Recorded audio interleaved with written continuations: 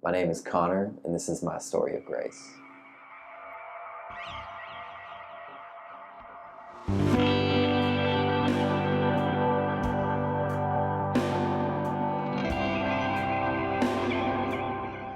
I grew up in a very normal household, a church-going household, but I think that throughout my childhood, religion was something that we kind of did on Sundays and something we did around the dinner table, but not something that really was compelling us to live a certain way outside of those small little spheres.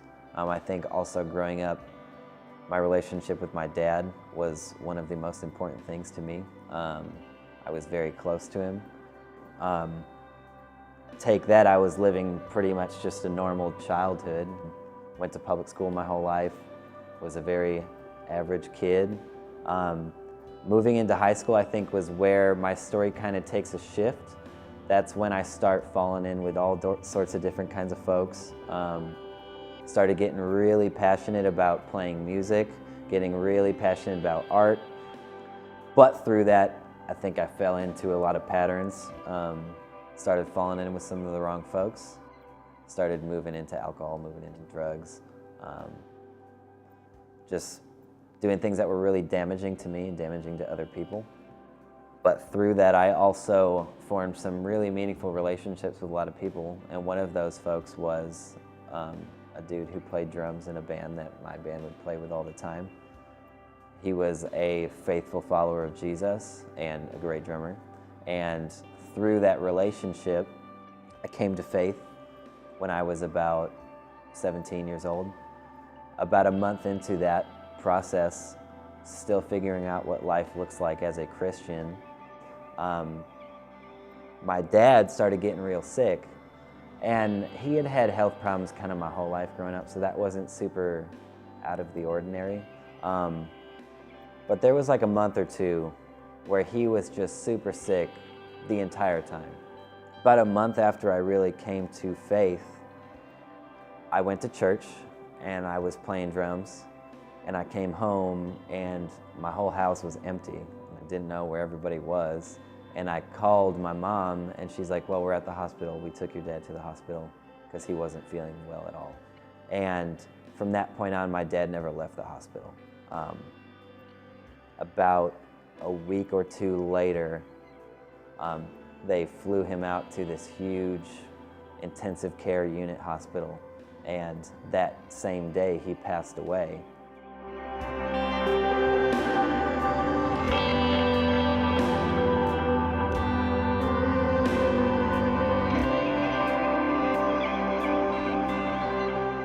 I honestly remember not even knowing what to think or what to feel. But in the midst of that, there was some sense of hope and faith that I had never given up on for some reason. Like, I think about that time and I think about how it would make total sense for me to be like, oh, well, forget this God stuff. Like, I've just lost my dad, you know? But yet, in the middle of all of that, there was something where I was like, this is for real. And this is hope, and this is peace, and this is joy, even in all this stuff.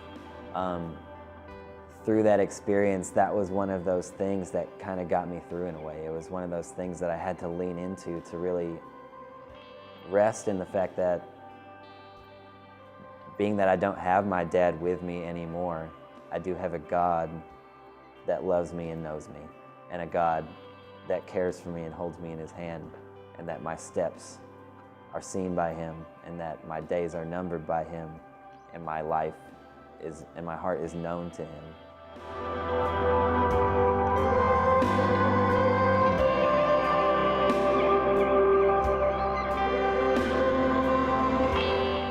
In the midst of all that, I was living with some really great dudes that are now some of my closest friends, and two of them were regular attenders of Redemption Bible Church. So in that, I started going every now and then, and I actually ended up kind of playing drums a couple times and really found that I enjoyed being a part of the ministry and actually being able to serve God in a way that I felt was meaningful and with a group of folks that I felt were doing meaningful things. I've now been at this church for 5 years now. And what God has done in my life through being at Redemption has been incredible. I am constantly in awe of the places He's taken me and the things that He's called me to do there. The Lord has really done an incredible work on my heart of opening me up to so many wonderful people that have loved me well, and in helping me to find rest and peace in those things that had troubled me for so long, and helping me to constantly find myself at the foot of the cross to find healing and to find redemption and to find grace and to find home